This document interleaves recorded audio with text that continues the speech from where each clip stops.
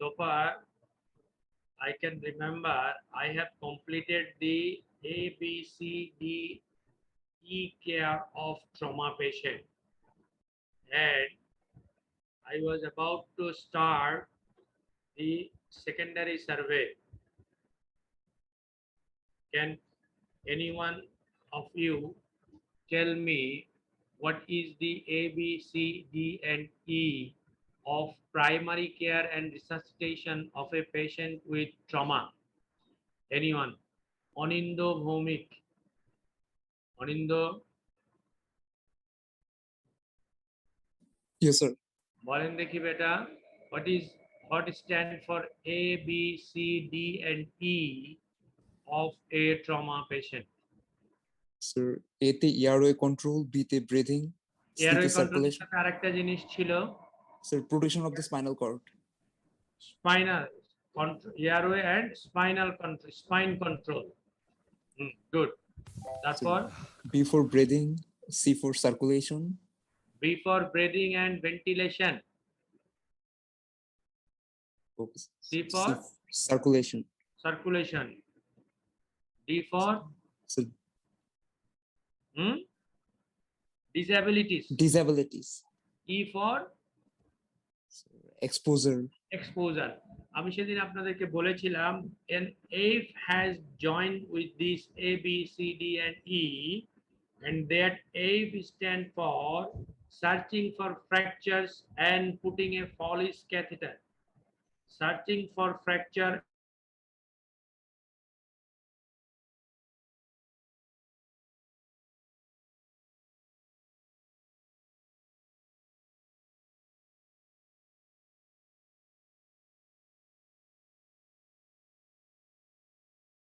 towards of saving the life of the patient.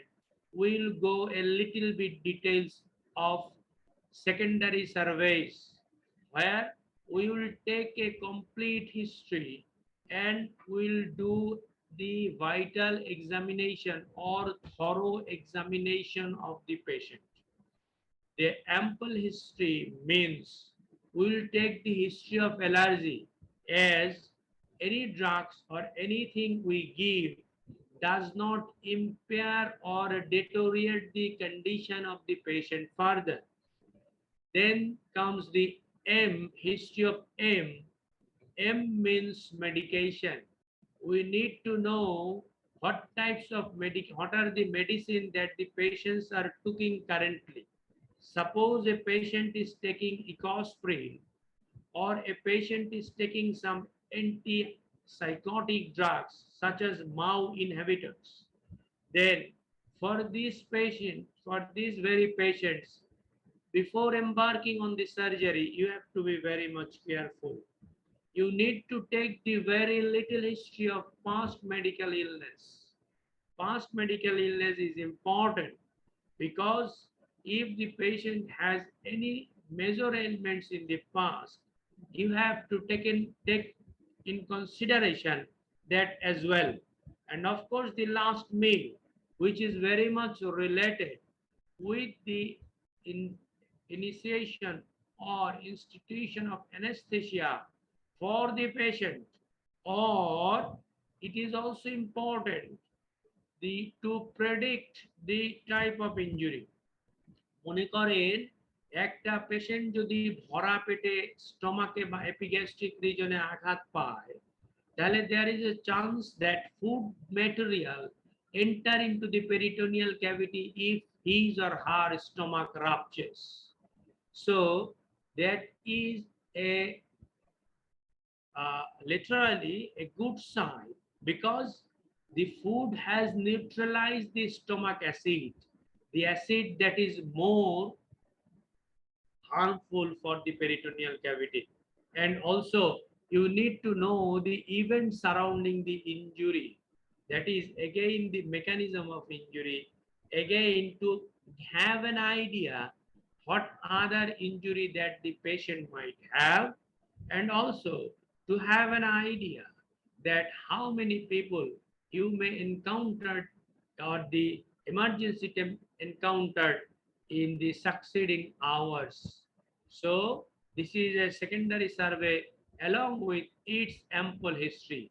After that, a ample history, if you have time, then you need to take a detailed history of this mechanism of injury, while absolutely all the things may not necessary to ask, but important things regarding the mechanics of injury has to be asked to the patient, to the pre-hospital carer, or to the attendants of the patient if the patient is unconscious. Am I clear up to this point? Hello? Yes, sir. Am I clear up to this point? Yes, sir. Okay. Now, what is important is to do the detailed physical examination. Mind this, our lecture is oriented on abdominal trauma. I have gone through the basic of the ATLS only to remind you that these are the steps you have to follow for the care of a patient who sustained a trauma. But we are taking care of a patient who has suffered an abdominal trauma. So after the secondary survey, the taking the history, we need to conduct detailed physical examination. After looking at the vitals again, what I'll see or examine the abdomen. You see, the accuracy of the abdominal examination is 60 to 65%. Why? Because the examination of trauma patient is little bit different than examination of a non-trauma patient. A trauma patient cannot tell you the details or cannot give you the answer in perfect sense, cannot interpret your examination, or even cannot interpret or your communication. That is why this is 60 to 65% accurate. And again, as it is abdomen, so it is very difficult to identify the causes, that identify the disease of the inside the abdominal cavity. But for in this is more unpredictable in blunt abdominal trauma. But for penetrative abdominal trauma, you can assume better than that of the penetrating trauma. So after doing the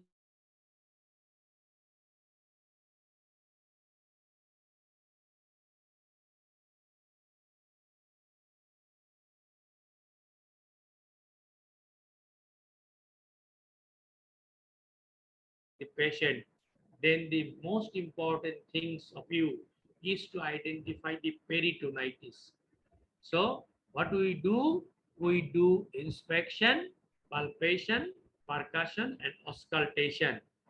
মনে রাখবেন, the examination of trauma patient is different than that of a non-trauma patient. কারণ কি? Your time is limited here. You cannot take long time. You cannot expend long time for examination and investigation. You have to place the patient in treatment at a very quick interval. Otherwise, the patient condition will deteriorate as time goes. So কিছু কিছু জিনিস, important জিনিস আমাদেরকে দেখতে হবে। ইন্সপেকশনের সময় আমরা abrasion, কন্টিউশন, লেসারেশন মানে এক্সটার্নাল কিছু আছে কিনা, পেনিট্রেটিং ইনজুরি, এগুলো হলো ব্লান্ট ইনজুরির ক্ষেত্রে। পেনিট্রেটিং ইনজুরির ক্ষেত্রে আমরা এক্সিট উন্ড, এন্ট্রি উন্ড এগুলো দেখবো। আমরা দেখবো কয়েকটা সাইনের জিনিস আমরা দেখে নেব, আপনাদেরকে দেখাবো। পালপেশন করে শুধুমাত্র আমরা একটা, বিশেষ করে ব্লান্ট অ্যাবডোমিনাল ট্রমার ক্ষেত্রে সবচেয়ে ইম্পর্টেন্ট যে টেন্ডারনেস অথবা রিবাউন্ড টেন্ডারনেস আছে কিনা। That means again the signs of peritonitis আছে কিনা। আর পারকাশনের ক্ষেত্রে আমরা দেখতে চাইবো যে কোনো ধরনের শিফটিং ডালনেস আছে কিনা। শিফটিং ডালনেস আছে কিনা মানে যে তার ইন্ট্রা অ্যাবডোমিনাল কোনো কালেকশন আছে কিনা। আর ফর ট্রমা পেশেন্ট সেই ইন্ট্রা অ্যাবডোমিনাল কালেকশনটা কি হইতে পারে? Mostly who will tell me? For trauma patient, Russell. Sir, blood. Very good. That could be blood. Blood যদি পেরিটোনিয়াল ক্যাভিটির মধ্যে থাকে তাকে কি বলে? Sir, hemoperitoneum. হেমোপেরিটোনিয়াম। আর কি থাকতে পারে? ইন্টেস্টিনাল কন্টেন্ট থাকতে পারে। যদি দেখা যায় যে স্মল গাটটা রাপচার হয়েছে সেটার কন্টেন্ট বের হয়ে আসলো, স্টমাকটা রাপচার হয়েছে সেটার কন্টেন্ট বের হয়ে আসলো। Clear? So let us see. Of course, you cannot the findings of rectal examination. Of course, also you have to taken in consideration. যে rectal examination বা DRE করে কোনো pelvic fracture পাওয়া গেল কিনা, প্রোস্টেটের পজিশনটা উপরে কিনা। তাহলে হাই রাইজিং প্রোস্টেট যেটাকে বলা হয়, যদি ভালভার পার্ট অফ দি ইউরেথ্রা ছিঁড়ে যায় তাহলে এই প্রোস্টেটটা উপরের দিকে sorry membranous part of the urethra যদি ছিঁড়ে যায় ট্রমার কারণে পেলভিক ফ্র্যাকচারের কারণে প্রোস্টেটটা উপরে উঠে যায় যেটাকে রাইজিং পেলভিস বলে। আর হচ্ছে স্ফিংক্টার টোন দেখতে আমরা পেশেন্টের নিউরোলজিক্যাল ইয়াতে দেখতে পাবো। সো ইন্সপেকশনে আমরা যে জিনিসগুলোর কথা বললাম সেই জিনিসগুলো দেখবো। আমরা এখন কিছু সাইন পালপেশনে আমি এই কথাগুলো বলে ফেলছি। হেমোপেরিটোনিয়াম আছে কিনা, ব্যাকটেরিয়াল পেরিটোনাইটিস আছে কিনা, পারকাশনে ডালনেস ইন্ট্রাঅ্যাবডোমিনাল কালেকশন আছে কিনা এটা দেখবো। অস্কালটেশনের ক্ষেত্রে একটা জিনিস যে আপনার ট্রমা পেশেন্টের যদি দেখা যায় অ্যাবডোমেনটা এত সিভিয়ারলি অস্কালটেড হয়েছে, অস্কালটেশন করার জায়গা পেটের মধ্যে নাই, এখন তখন নিয়ম হলো স্টেথোর মধ্যে একটা গস পিস পেঁচায় নিয়ে আপনাকে, তাহলে আপনার স্টেথোর রক্ত লেগে যাবে, স্টেথোটার একটা গস পিস পেঁচায় নিয়ে আপনি অস্কালটেট করবেন। এটা হচ্ছে এক্সটার্নাল ইয়া থেকে প্রিভেন্ট হওয়ার জন্য। আর কি করতে হয়? সাধারণত অল ফোর কোয়াড্রেন্টেই অস্কালটেট করতে হয়। এটার কিছু কারণ আছে যেটা আমরা সাবসিকুয়েন্ট স্লাইডে দেখতে পাবো। Sorry. So this is the sign, the slide. Yes, I have taken the picture from the other presentation. So to blood হইতে পারে গ্রে টার্নার সাইন, এটা দেখতে হবে। দেখা যায় রাইট হ্যান্ড সাইডে গ্রে টার্নার সাইনের ছবিটা দেওয়া আছে, বোঝা যায়? This is the discoloration along the flank. কি জন্য হয়? যদি রেট্রোপেরিটোনিয়ামে ব্লিডিং হয় তাহলে রেট্রোপেরিটোনিয়াম দিয়ে ব্লাড ট্রিকল করে ফ্ল্যাঙ্কে এসে জমা হয়। This sign is also true for acute pancreatitis. Also we get in acute pancreatitis.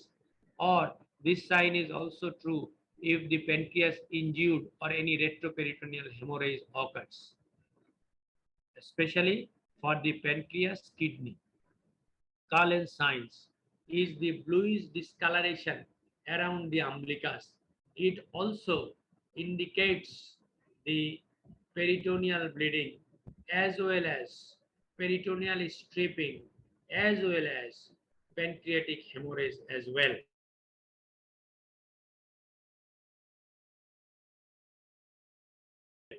Then another thing is London or seatbelt side. We can assume that what are the structure that can be injured, because the seat belt or the lap belt is an indication of blunt abdominal trauma by deceleration force. Seat belt injury কখন হয়? যখন হঠাৎ করে একটা গাড়ি যে সামনের দিকে ধাক্কা খায়, আপনি সিট বেল্ট পরা ছিলেন, এই সিট বেল্টটা আপনার শরীরে ট্যাটুইং হয়ে যায়, তার মানে the force I got is a deceleration force. Then the Kher sign is the shoulder pain. এখানে কি জন্য আমরা এটা করি? এটা বেসিক্যালি যদিও বলা হয় যে স্প্লিনিক ইনজুরিতে বা স্প্লিনিক ট্রমাতে Kher সাইন পজিটিভ হয়, কিন্তু যে কোনো ধরনের ইন্ট্রাপেরিটোনিয়াল ইরিটেটিভ ম্যাটেরিয়াল থাকলেই Kher সাইন পজিটিভ হইতে পারে। আপনাকে কি করতে হবে? পেশেন্টকে শোয়ায়ে যদি আপনি পা দুটা একটু অথবা পা দুইটা ঠিক না লেগ এন্ড অফ দি বেডটাকে যদি একটু উপরে উঠায় দেন বেড, তাহলে কি হবে, যদি কোনো ধরনের কালেকশন লেফট হ্যান্ড সাইডে ইন্ট্রাঅ্যাবডোমিনাল থেকে থাকে, সেটা যায় ডান পাশে আন্ডার সারফেস অফ দি ডায়াফ্রামটাকে ইরিটেট করবে। আন্ডার সারফেস অফ দি ডায়াফ্রামকে যদি ইরিটেট করে, আপনারা জানেন that the phrenic nerve supplies the shoulder region as well. So the origin of the phrenic from where the phrenic nerve arises, that also supplies somatic supply gives to the shoulder region, and that shoulder pain occurs, this referred pain in the shoulder. এখানে তাহলে irritation হবে, পাটা একটু উপরের দিকে উপরের দিকে উঠাইলে। Splenic ইনজুরিতে মোর reliable, অন্যান্য ক্ষেত্রে এটি পাইতে পারে না। বোঝা গেছে? হ্যালো, কেউ কি আছেন আমার সাথে? জি স্যার। বোঝা গেছে খের সাইনটা?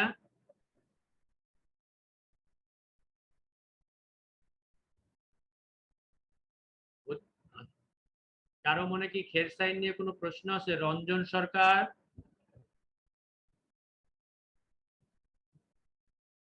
জি স্যার। প্রশ্ন আছে রঞ্জন? কোনো না স্যার। বোঝা হয়ে গেছে? স্যার মোটামুটি বুঝছি। কারো কোনো প্রশ্ন নাই? আমার মনে একটা ছোট্ট প্রশ্ন আছে, আপনারা তাহলে অ্যান্সার দেবেন, আপনাদের মনের মধ্যে যেহেতু নাই। ছোট্ট প্রশ্নটা হচ্ছে, আমি পেশেন্টের পেটের মধ্যে কালেকশন আছে, ব্লাড আছে, পেরিটোনিয়াল কন্টেন্ট আছে, আমি পেশেন্টের পা উপরে উঠায় দিলাম, শুধু আমার বাম শোল্ডারে কেন, আমার ডান শোল্ডারে ব্যথা হবে না কেন? সেম নার্ভ ইনারভেশনের কারণে ডায়াফ্রাম। কি মা? Sir same nerve innervation. না না, আমি বলছি যে আমি তো পা উঠায় ধরলাম, পেটের পেরিটোনিয়াল ক্যাভিটির মধ্যে যদি কালেকশন থাকে, সেটা তো আপনার উপরের দিকে উঠে যায়, বাম সাইডের ডায়াফ্রামটাকে ইরিটেট করবে, ডান সাইডের ডায়াফ্রামটাকে ইরিটেট করবে। আমি শুধু লেফট শোল্ডার পেইন ফিল করব কেন? সেম নার্ভ না, লেফট সাইডে স্পাইনাল ফোরামেনা দিয়ে বের হয়ে যায়, রাইট সাইডে স্পাইন, এটা তো জোড়ায় জোড়ায় বের হয় স্পাইনাল নার্ভ, একই নার্ভ। ক্রস ইনারভেশন, ওটাকে সেম ইনারভেশন বলে না, এটা ক্রস ইনারভেশন, শুধুমাত্র টাঙে আছে, দুই সাইডে একখানে ক্রস ইনারভেশন হয়, কিন্তু এখানে তো ক্রস ইনারভেশন হয় না। তাহলে আমি লেফট সাইডে কেন ফিল করব ব্যথা, রাইট সাইডে কেন করব না? আমার এটার উত্তর দিতে হবে, কে দেবেন বলেন?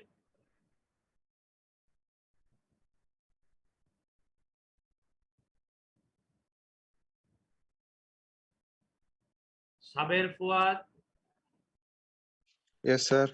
বলেন দেখি কি বুদ্ধি আছে? স্যার বলতে পারবো না স্যার। শান্তা, ফারজানা ইসলাম আলম শান্তা,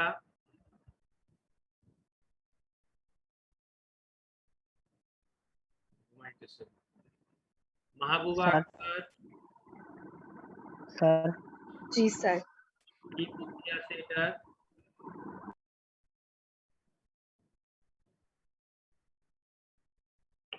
আমার এতগুলো ছেলে মেয়ের মধ্যে বুদ্ধিমান নাই একজনও? স্যার এটা স্যার রেফার্ড পেইন স্যার। সেটা তো ঠিক আছে, আচ্ছা ঠিক আছে, অসুবিধা নাই, সকাল হয়েছে তো, সকালে এখনো। স্যার। স্যার। সোহাগ বলেন। স্যার রাইট লেগ উপরে তুললে ব্লাডটা তো কালেক্টেড হবে, জমা হবে গিয়ে লেফটের দিকে। রাইট লেগ না, আমি তো পেশেন্টের বেড এন্ড উপরে উঠাই দিছি, বিছানার পায়ের দিকটা উপরে উঠাই দিছি। আচ্ছা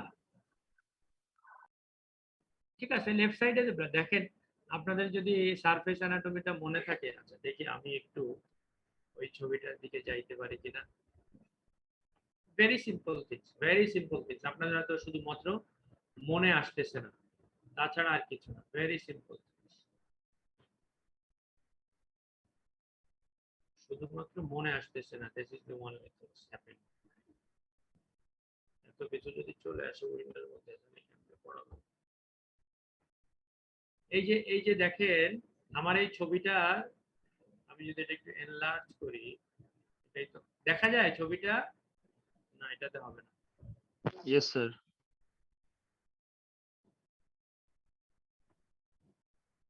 আচ্ছা আমরা এই ছবিটা পেয়ে দিই, তো না এটাতে হবে না।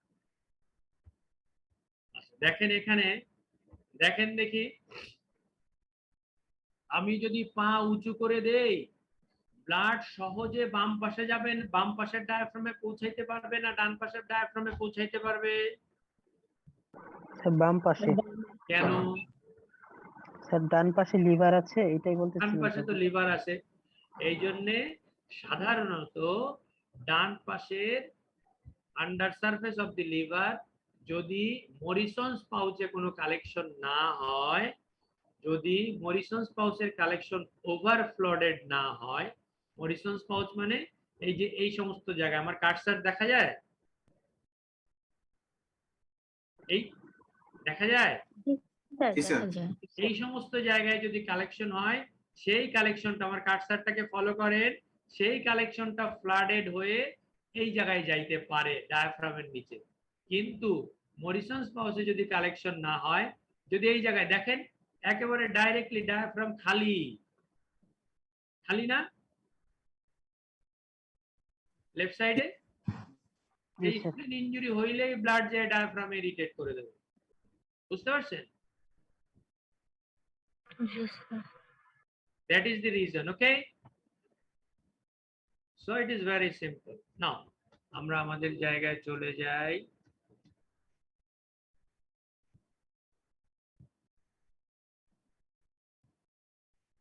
Sorry, আমি তো এভাবে করে আসতে পারতাম। ওকে, তাহলে that is case sign. আরেকটা আছে balance signs, although it is not very important and also it is very difficult to elicit, কারণ আপনি লেফট হাইপোকন্ড্রিয়াক রিজনে একটা ফ্র্যাকচার আছে, আপনি পারকাশন করতে পারবেন না পেশেন্টকে, পেশেন্ট ব্যথায় চিৎকার করবে। এই কারণে percussion in a trauma patient is not a good examination procedure. এই কারণে পারকাশন করে যদি খুব একটা বেশি কিছু পাওয়া যাবে,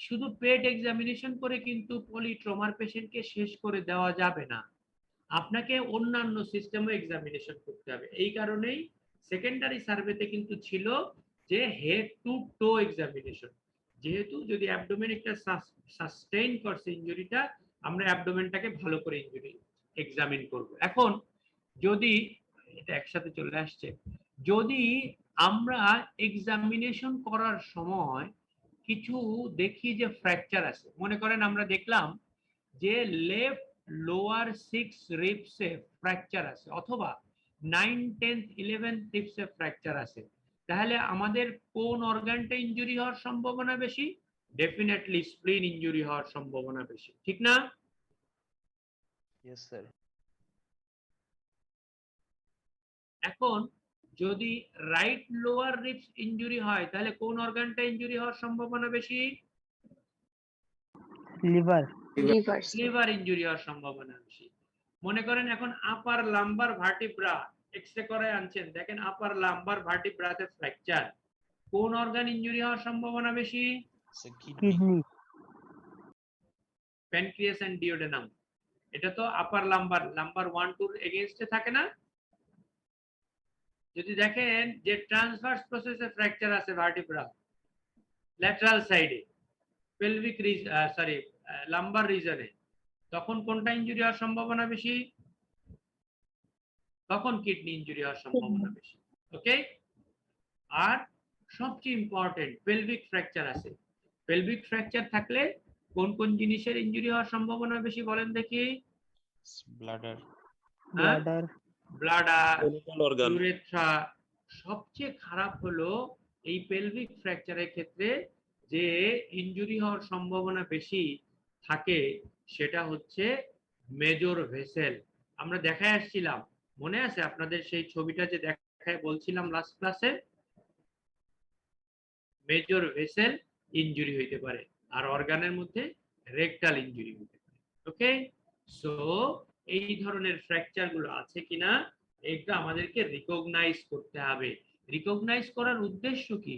রিকগনাইজ করার উদ্দেশ্য হচ্ছে যে আমি কত দ্রুত, কত তাড়াতাড়ি, কত ক্লিনিক্যালি এক্সপার্ট হয়ে আইডেন্টিফাই করতে পারি which organ has been injured. Okay, now এই যে ফিজিক্যাল এক্সামিনেশন করতে যাইতেছি আমি, এর কিছু লিমিটেশন আছে, এর সেনসিটিভিটি লো আমি একটু বলে আসছি, কিন্তু অনেক ক্ষেত্রে আনরিলায়েবল। হেড ইনজুরির পেশেন্ট যদি রিপাউন্ড টেন্ডারনেস বোঝা যাবে। হ্যালো, বোঝা যাবে? আনকনসিয়াস পেশেন্ট রিবাউন্ড টেন্ডারনেস বোঝা যাবে? না যাবে না। স্পাইনাল শক নিয়ে আসছে পেশেন্ট, তাকে যদি আপনি ফ্র্যাকচার বোঝার জন্য পা উঠাইতে বলবেন, উঠাইতে পারবে?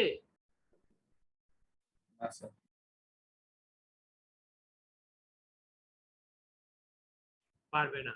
পেশেন্ট অ্যালকোহল করে যায়, গাড়ি চালায়, পেশেন্ট অ্যাক্সিডেন্ট করছে, এখনো ড্রাউজি, সঠিকভাবে সে আপনাকে রেসপন্স করতে পারবে? পারবে না। ড্রাগ অ্যাডিক্টেড আছে, রেসপন্স করতে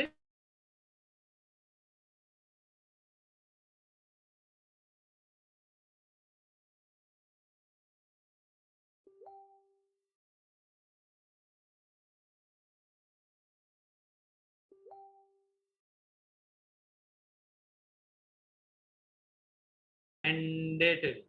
Repeated physical examination is mandatory. কোন repeated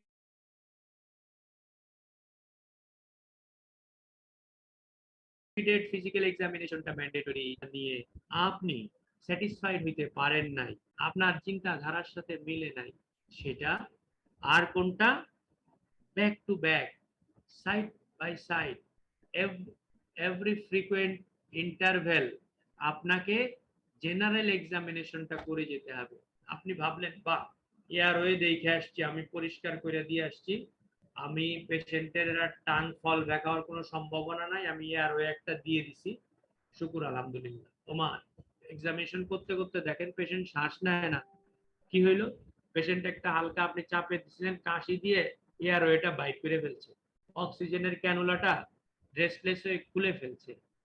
তাহলে আপনাকে রিপিটেড ফিজিক্যাল এক্সামিনেশন, বিশেষ করে সেকেন্ডারি সার্ভে করার সময় যে প্রাইমারি সার্ভের জিনিসের দিকে খেয়াল করা যাবে না এমন কিন্তু কথা নাই, ওইটার দিকে খেয়াল করতে হবে, করতে হবে এবং করতে হবে।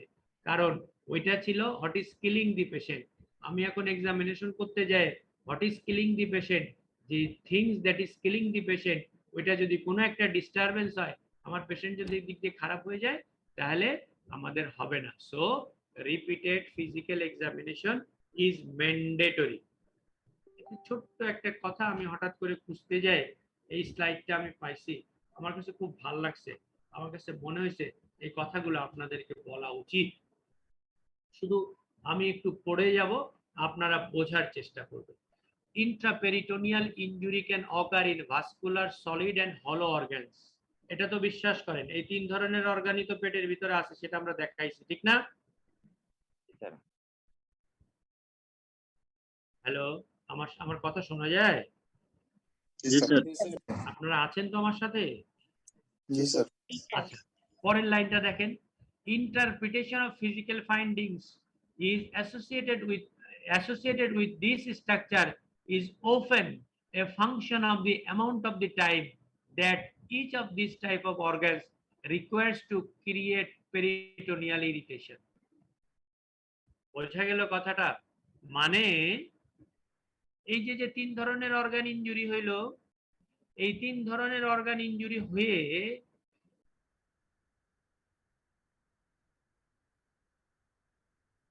আপনাকে যে সিম্পটমটা প্রডিউস করবে, সেই সিম্পটমটা প্রডিউস করার জন্য কি দরকার? সময়। কোন সিম্পটমটা প্রডিউস করবে? Peritoneal irritation.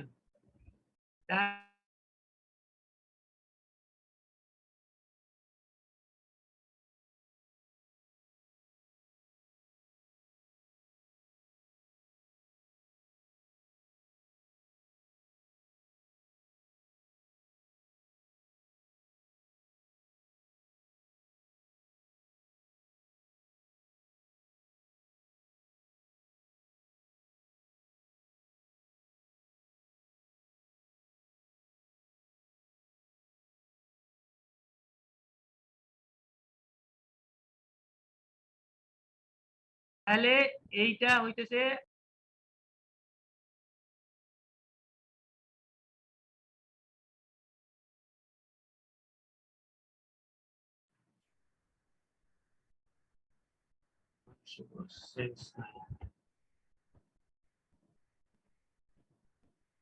sorry, we are back again.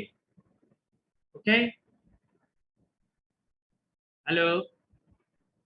G sir. Okay, my slide is visible as well. জি স্যার। ওকে, এখন দেখেন তাহলে আমি আবার আগের কথাটা থেকে ফিরে আসি। It's not moving. আমি আবার আগের কথাটা ফিরে আসি। আগের কথাটা ছিল যে 3 ধরনের organ, types of organ injury হয় এবং এই অর্গানগুলোর ইনজুরি হওয়ার পিছনে ইনজুরি হয়ে যে সিম্পটমটা প্রডিউস করতে হবে, সেই সিম্পটমটা প্রডিউস করবে কিভাবে? পেরিটোনিয়াল ইরিটেশন করে। এক ধরনের সিম্পটম। পেরিটোনিয়াল ইরিটেশন করার জন্য কি হবে? সময় প্রয়োজন। এখন চিন্তা করে দেখেন কেন এই কথাটা বলা হলো। বলা হইলো এই কারণে, মনে করেন একটা পেশেন্ট আসছে ইনজুরি নিয়ে, তার কোথাও গাট ইনজুরি হয় নাই, তার মেজেন্ট্রিক আর্টারি ইনজুরি হয়েছে কিংবা ভেসেল ইনজুরি হয়েছে। সে তো অবভিয়াসলি হাইপোভলিউমিক শক নিয়ে প্রেজেন্ট করলো। আপনি বুঝতে পারলেন যে শকে যখন গেছে তখন তার একটা মেজর ভেসেল ইনজুরি হয়েছে। আপনি পেটের মধ্যে কোনো ফাইন্ডিংস কি পাবেন? না স্যার। পাবেন না। তার মানে তার সাইনের জন্য, তার ডিসিশন নেওয়ার জন্য রিলাই করতে হবে on the sign symptom of the shock. এই পেশেন্টটা 4 ঘন্টার মধ্যে আসছে। এখন এই পেশেন্টটা আপনার কাছে পরের দিন আসছে। শকটা বডির মেকানিজমের মাধ্যমে কভার হয়েছে কি হয় নাই দরকার নাই। আপনি তখন পেশেন্টের মূল ফিচার পাইতেছেন পেরিটোনাইটিস। আপনি ধারণা করে নিছেন এই পেশেন্টটা যদি শকে গেছে, এই শকটা সেপ্টিসেমিক শক, কারণ তার পেরিটোনাইটিসের সাইন আছে। তার মানে কি? তার ব্যাকটেরিমিয়া আছে। তার মানে কি? তার সেপসিস আছে। তার মানে কি? তার যে শক নিয়ে প্রেজেন্ট করছে সেটার সাথে আপনার সেপ্টিসেমিক শকের রিলেশন আছে। বোঝা গেছে? তার মানে সময় is a factor, time is a factor to develop the peritoneal irritation. Abdominal ট্রমার পেশেন্ট আসছে, পেটের কেন ইম্পর্টেন্ট এই কথাটা কেন আমি বলছি? আচ্ছা, আর পরের কথাটা শেষ করে বলি, পরের লাইনটা। মনে করেন ভিতরে কোনো ব্লাডটা হয় নাই, পেনিট্রেটিং ট্রমা নিয়ে আসছে অথবা ব্লান্ট অ্যাবডোমিনাল ট্রমাই নিয়ে আসছে, শুধু একটা জিওজেনাল পারফোরেশন হয়েছে অথবা ডিজে ফ্লেক্সর থেকে ছিঁড়ে গেছে, তাহলে পেরিটোনিয়াল কন্টেন্ট গুলো ভিতরে এসে পড়ছে। তাহলে এই পেশেন্টটা কোন সিম্পটমটা নিয়ে আসবে? পেরিটোনাইটিসের ফিচার নিয়ে আসবে, ঠিক না? জি স্যার। যখনই আসুক না কেন সে পেরিটোনাইটিসের ফিচার নিয়ে আসবে। এরকম 2 দিন পরে আসলে অবশ্যই সেপটিক শকের ফিচার নিয়ে আসতে পারে। তাহলে এই পেশেন্টটা একটা স্মল গাট ইনজুরি হইলে দেখা যায় এটা 24 ঘন্টার মধ্যে পেরিটোনাইটিস ডেভেলপ করে। যদি লার্জ গাট ইনজুরি হয় যেখানে স্টুল থাকে ম্যাক্সিমাম রাইট সাইডে, যদি ইনজুরি হয় তাহলে খুব দ্রুত পেরিটোনাইটিসের ফিচার নিয়ে ডেভেলপ করতে পারে। আর যদি রেট্রোপেরিটোনিয়াল কোনো পার্ট ইনজুরি হয় তাহলে পেরিটোনাইটিসের ফিচার অ্যাপিয়ারই করে। এখন আমি একটা কোশ্চেন আপনাদের সামনে তুলে ধরি, একটা সিনারিও তুলে ধরি। একটা পেশেন্ট আপনার কাছে আসছে, অ্যাবডোমিনাল ট্রমার পেশেন্ট, একদিন পুরাতন কেস। একদিন পুরাতন, সরি একেবারে একেবারে ফ্রেশ কেস। রিকভারি বাজারে অ্যাক্সিডেন্ট হয়েছে, আপনার কাছে আসছে, সাইকেল তার পেটের উপর দিয়ে চলে গেছে, আপনি এক্সামিন করে দেখলেন পেশেন্টের কোনো ধরনের কোনো সাইন সিমটম নাই। আপনি বাসের লোকদের ডাইকে বললেন, নো চিন্তা, আমি সুন্দর করে পরীক্ষা করে দেখছি, রোগীর কোনো ধরনের কোনো সমস্যা নাই, তোমরা কোনো চিন্তা করো না, রোগীরে তোমরা বাড়িও নিয়ে যেতে পারো, সমস্যা নাই, প্রেশার ভালো আছে, পালস ভালো আছে, মাসেল গার্ড নাই, রিজিডিটি নাই, টেন্ডারনেস নাই, পেশেন্ট হাসতেছে খেলতেছে, বাড়িতে পাঠাই দিলেন। সব পরের দিন দুপুরবেলা আসছে, কই ডাক্তার সাহেব? বললেন যে আমার রোগীর কিছু হয় নাই, আমার রোগী তখন কথাও কয় না, পেট ফুলে গেছে, কান্নাকাটি করতেছে, চিৎকার করতেছে ব্যথায়। তার মানে কি, যে সাবটেল পেরিটোনিয়াল কালেকশন ছিল এই অল্প সময়ের মধ্যে, that were not able to produce the symptom, it has produced symptom after 24 hours. বোঝা গেছে আমার কথাটা, আমার পয়েন্টটা? হ্যালো, জি স্যার। তার মানে কি, আসলেই আশাবাদী হওয়ার দরকার নাই, ইনজুরির পেশেন্ট, সাবটেল ইনজুরির পেশেন্টও ভর্তি রাখতে হবে, ফ্রিকুয়েন্ট রি-ইভালুয়েশন করতে হবে, ফ্রিকুয়েন্ট রি-ইভালুয়েশন করতে হবে। যত ট্রিভিয়ালি ট্রমাটা হোক না কেন, যত মিনিমামই ট্রমাটা হোক না কেন, তাকে ফ্রিকুয়েন্ট রি-ইভালুয়েশন করতে হবে to identify the earlier deteriorating condition, earlier signs symptoms of deterioration. এই কথাটা বলার জন্যই আমার এই দুইটা স্লাইড নিয়ে একটু বেশি কথা বলা। বোঝা গেছে আমার পয়েন্টটা? Yes sir. সবাই? জি স্যার। স্যার। ওকে, গুড।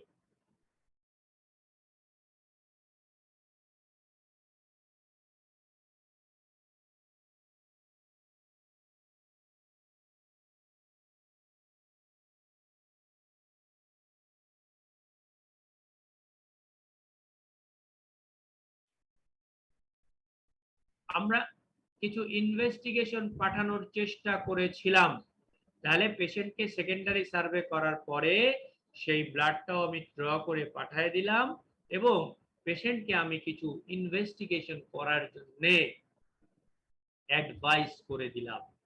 সেই investigation for a trauma patient, mostly the blood test, blood is for grouping and cross matching, and electrolytes, creatinine and blood sugar, এই কটা খুব ম্যান্ডেটরি।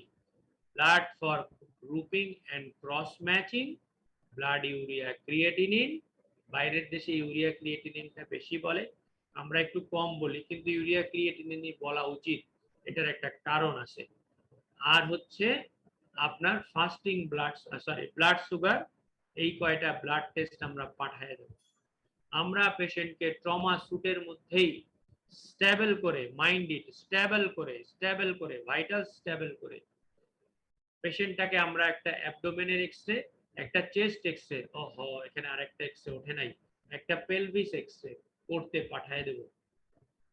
ঠিক আছে, chest X-ray, X-ray abdomen, pelvic x-ray.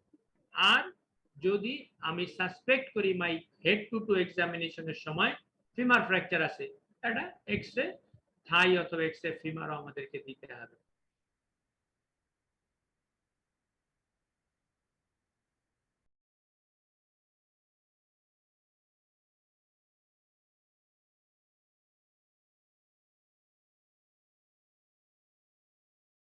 এটা অবশ্য একটু নিচের দিকে যাওয়া উচিত ছিল, এটা 3 নাম্বার সিরিয়ালে থাকা উচিত না। তার আগে আমরা একটা আল্ট্রাসোনো অফার করি পেশেন্টকে। আল্ট্রাসোনোটা একটা রেগুলার আল্ট্রাসোনোর মতো না, একটা আল্ট্রাসোনো যেটাকে আমরা বলি fast focused assessment of abdomen for in patient with abdominal trauma.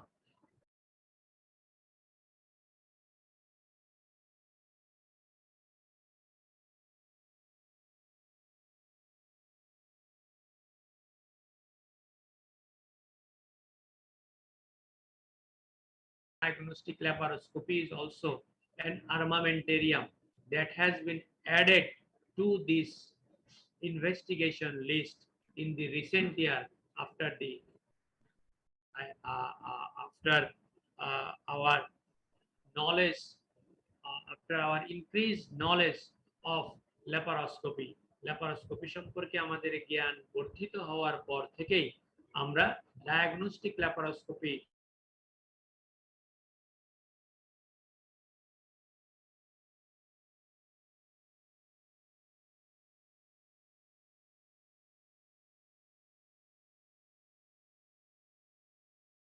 pneumothorax, pre-air under the diaphragm, retroperitoneal কোনো ইনজুরি আছে কিনা, স্ট্রিপিং আছে কিনা আমরা দেখার চেষ্টা করি নেজোগ্যাস্ট্রিক টিউবটা কোথায়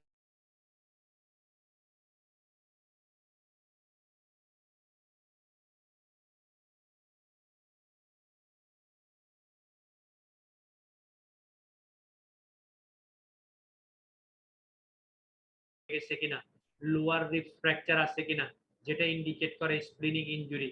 পেনিট্রেটিং ট্রমাতে আমরা ইনজুরি ট্র্যাজেক্টরিটা কোন লাইন কোন কোন পাথওয়েতে ইনজুরিটা আছে ওইটাকে ফলো করার চেষ্টা করি। কোনো পিলে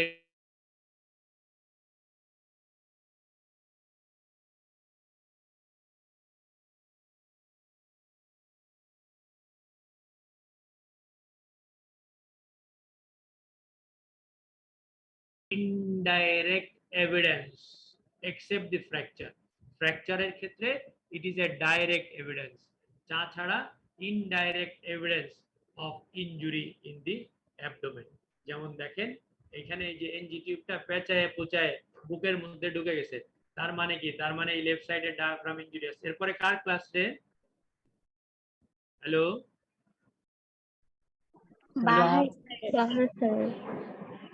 এটাতেই তো না?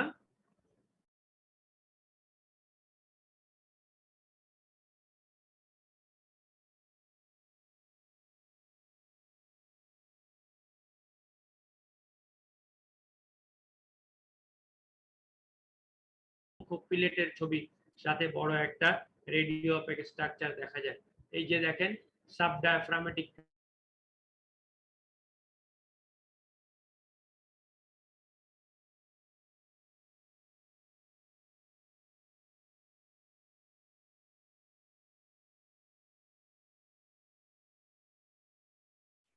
এই যে দেখেন এইখানে দেখা যায় যে আপনার ডায়াফ্রাম একটা কত উপরে উঠে গেছে, লেফট হেমি ডায়াফ্রাম কত উপরে উঠে গেছে।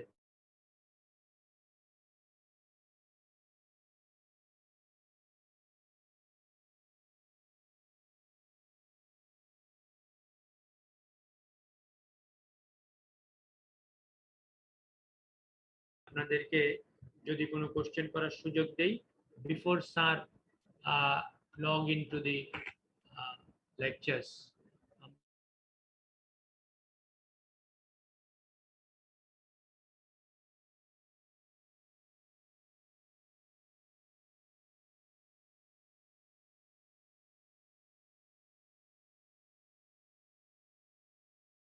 ল্যাভেজ মানে কিছু হলে আপনার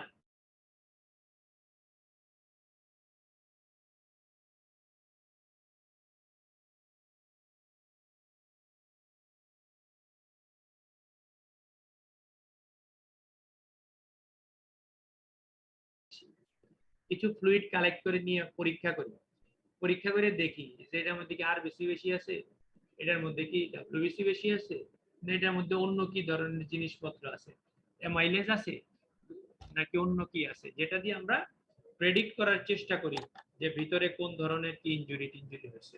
এটা আমরা ডিটেইলস বলবো, ডিটেইলস ডিপিএল আপনাদের রিটেনে শর্টকাট নোটে আসে, আমি এটা ডিটেইলস পড়াবো।